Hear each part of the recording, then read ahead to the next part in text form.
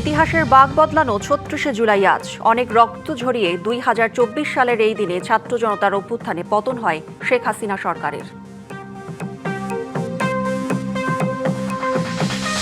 শেখ হাসিনা দেশে আসলে আইন অনুযায়ী রায় কার্যকর হবে। নয়াদিল্লিতে হাসিনার ভার্চুয়াল সভার সাথে ভারত সরকারের সম্পৃক্ততা নেই জানালেন জয়সওয়াল।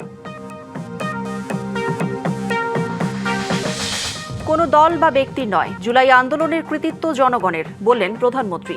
জ্বালানি সংকট সমাধানের চেষ্টা করছে সরকার।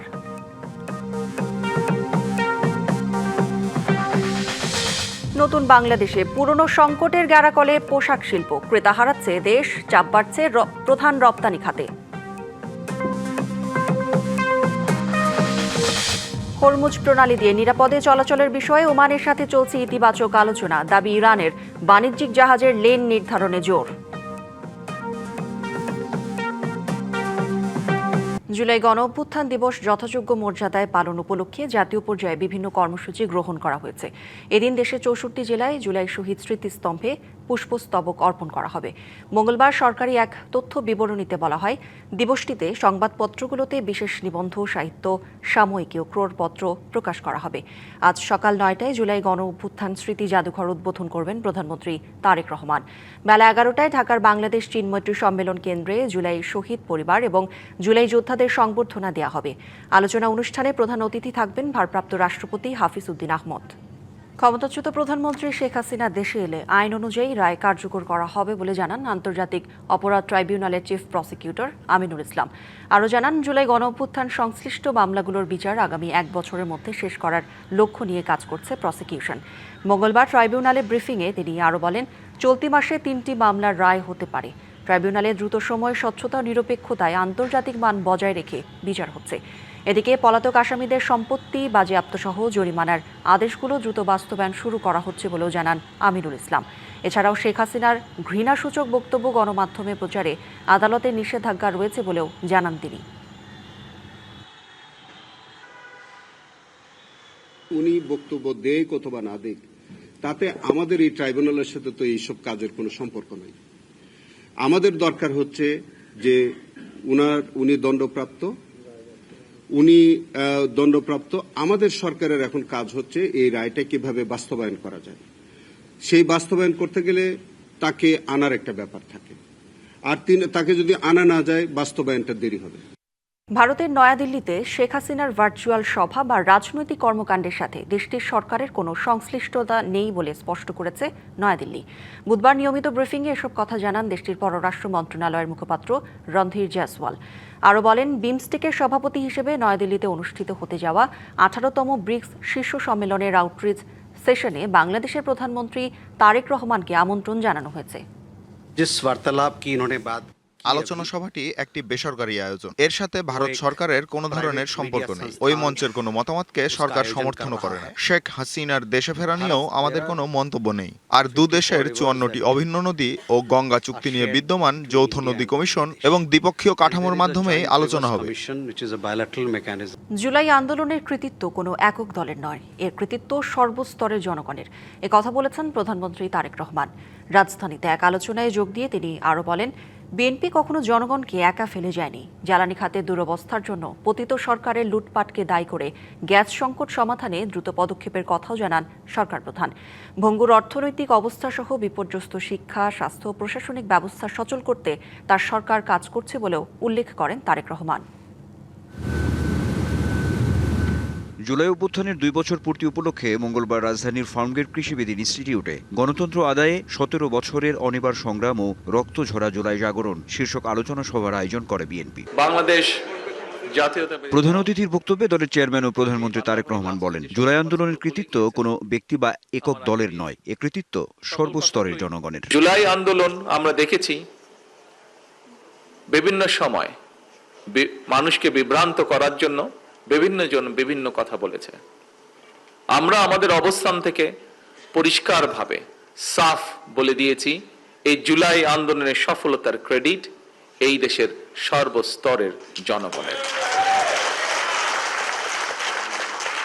এটি কোনো একক ব্যক্তি, একক কোনো দল, রাজনৈতিক দলের এটি কোনো ক্রেডিট নয়। প্রধানমন্ত্রীর বক্তব্যে চলমান গ্যাস সংকট সহ পুরো জ্বালানি খাতের প্রসঙ্গটি গুরুত্ব পায়। দ্রুত এই সংকট সমাধানের পদক্ষেপ তুলে ধরেন তিনি। এই মুহূর্তে জ্বালানির কথাই বলুন, গ্যাসের কথাই বলুন, এই সব ক্ষেত্রে আমরা জানি দেশের বিভিন্ন প্রান্তে বহু মানুষ এই সকল ভোগান্তি পোহাচ্ছেন। এগুলা এই কথাটাও সত্য যে কিভাবে ফাঁসিবাদী স্বৈরাচার এই জ্বালানি খাতটাকে তাদের পকেট ভারী করার একটি খাত হিসাবে তারা এটাকে বিবেচনা করেছিল। পার্শ্ববর্তী দেশ মায়ানমার থেকে গ্যাস আনার জন্য আলোচনা এরই মধ্যে শুরু করেছে। গত সপ্তাহে আমি নিজে প্রাইম মিনিস্টার আনোয়ার ইব্রাহিমের সাথে ফোনে কথা বলেছি যে উনি আমাদেরকে এই ব্যাপারে সহযোগিতা করতে পারেন কিনা, এবং উনি তখন আমাকে ফোনে বললেন যে আমি আগামীকাল কি তাদের সাথে কথা বলছি এবং আমরা দেখব কত দ্রুত বাংলাদেশকে কিভাবে সহযোগিতা করা যায়। ভঙ্গুর অর্থনৈতিক অবস্থা, বিপর্যস্ত শিক্ষা, স্বাস্থ্য ও প্রশাসনিক ব্যবস্থা সচল করতে তার সরকার কাজ করছে বলেও জানান সরকার প্রধান। আমরা অত্যন্ত একটি ভঙ্গুর অর্থনীতি পেয়েছি, আমরা দেখতে পেলাম আমরা একটি ভঙ্গুর স্বাস্থ্য ব্যবস্থা পেয়েছি, আমরা দেখলাম আমরা একটি ভঙ্গুর প্রশাসন, বিভাজিত প্রশাসন আমরা পেয়েছি, ডিজাস্টার্স একটি শিক্ষা ব্যবস্থা, অর্থাৎ একটি রাষ্ট্রের যতগুলো ব্যবস্থা থাকে প্রত্যেকটি ব্যবস্থা বিধ্বস্ত অবস্থায় আমরা পেয়েছি। সরকার 17 তারিখ থেকে সরকার পরিচালনার দায়িত্ব আমরা পালন শুরু করলাম। 2 সপ্তাহ না যেতেই শুরু হলো মধ্যপ্রাচ্য পরিস্থিতি, যে সেই পরিস্থিতি আমরা কিভাবে চেষ্টা করেছি আমরা ম্যানেজ করার জন্য। জুলাই আন্দোলনে শহীদ ও আহত পরিবার এবং জুলাই যোদ্ধাদের পাশে থেকে সামনের দিকে এগিয়ে যাওয়ার শপথও নেন তারেক রহমান। জুলাই আন্দোলনে যারা ক্ষতিগ্রস্ত হয়েছেন আমরা তাদের সাথে আছি। Anwar Hossain, DBC news, Dhaka. গোপালগঞ্জে জোরদার করা হয়েছে আইন শৃঙ্খলা পরিস্থিতি, মোতায়েন করা হয়েছে 5 প্লাটুন বিজিবি।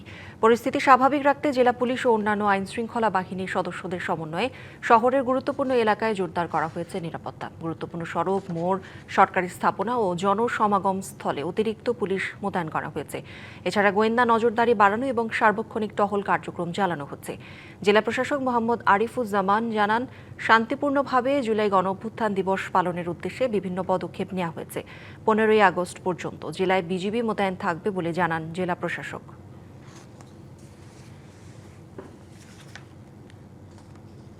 5ই আগস্ট জুলাই গণঅভ্যুত্থান দিবস উপলক্ষে সারা দেশে নিরাপত্তা জোরদার করেছে পুলিশ। রাজধানী সহ গুরুত্বপূর্ণ এলাকায় বাড়ানো হয়েছে গোয়েন্দা নজরদারি। সাম্প্রতিক বোমা উদ্ধার ও অন্যান্য নিরাপত্তা ইস্যু মাথায় রেখে আইন শৃঙ্খলা বাহিনী বলছে, যে কোনো ধরনের নাশকতা ঠেকাতে নেওয়া হয়েছে বিশেষ ব্যবস্থা। জুলাই গণঅভ্যুত্থান দিবস দিনটি ঘিরে সরব রাজনৈতিক অঙ্গন, দিনভর থাকছে নানা আনুষ্ঠানিকতা। তবে এর মাঝেই রাজধানী সহ দেশের বিভিন্ন জায়গায় হামলা, বোমা উদ্ধার সহ বেশ কিছু ঘটনা উদ্বেগ বাড়িয়েছে।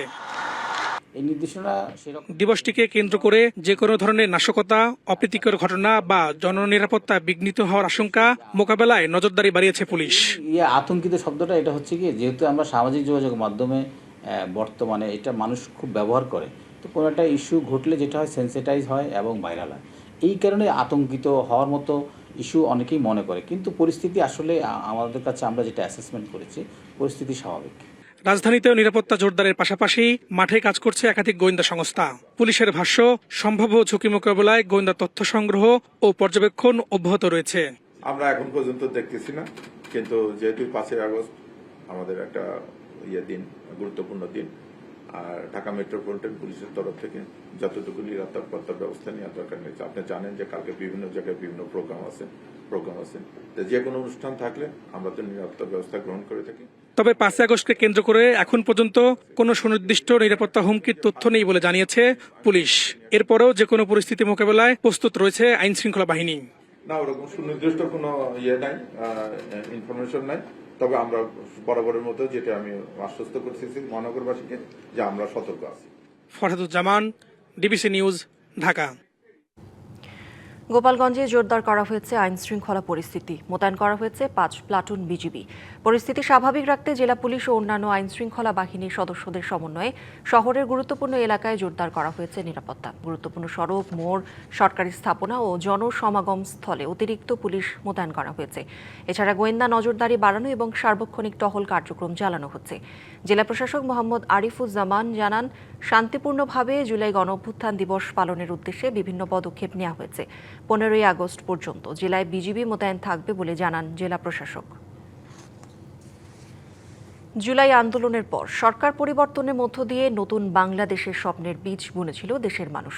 প্রত্যাশা ছিল ব্যবসা বাণিজ্যে ফিরবে গতি, কমবে আমলাতান্ত্রিক জটিলতা, বাড়বে বিনিয়োগ ও রপ্তানি।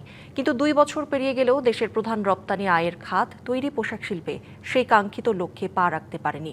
বরং আমলাতান্ত্রিক জটিলতা, হয়রানি, জ্বালানি ও তারল্য সংকট, রাজনৈতিক অনিশ্চয়তা এবং ক্রেতাদের আস্থা কমে যাওয়ায় সংকটে পড়েছে শিল্পটি। ফলে একের পর এক কারখানা বন্ধ হচ্ছে, কর্মহীন হচ্ছেন হাজারো শ্রমিক। জুলাই আন্দোলনে সরকার পতনের পর নতুন বাংলাদেশের স্বপ্ন দেখেন দেশবাসী। সে আশায় গুড়েবালি দিয়ে বৈপরীত্যের পথে হাঁটতে থাকে দেশের প্রধান রপ্তানি আয়ের উৎস তৈরি পোশাক খাত। রপ্তানিকারকদের অভিযোগ, গত 2 বছরে এই খাতে আমলাতান্ত্রিক জটিলতা কমেনি, কোনো ক্ষেত্রে বেড়েছে হয়রানি। গভর্নমেন্টের বিভিন্ন সেক্টরের বন্ড, কাস্টমস থেকে শুরু করে পদে পদে বাধা হয়ে দাঁড়াইছে। আমরা যখন শ্রমিকদের বেতন দিতাম 12,000, তখন আমরা ওই সিএমটা পেয়েছি আমরা $25, $24। এখন আমরা শ্রমিকদের বেতন দিচ্ছি $25,000 টাকা, আমাদের সিএম চলে আসছে $18, $19। শুধু কি তাই, জ্বালানি ও তারল্য সংকটের বেহাল দশায় এই খাতের শিল্প উদ্যোক্তারা। গত অর্থবছর 9 মাসই ছিল নেতিবাচক প্রবৃদ্ধি। নতুন অর্থবছরের প্রথম মাসের চিত্রটাও রয়ে গেছে এক।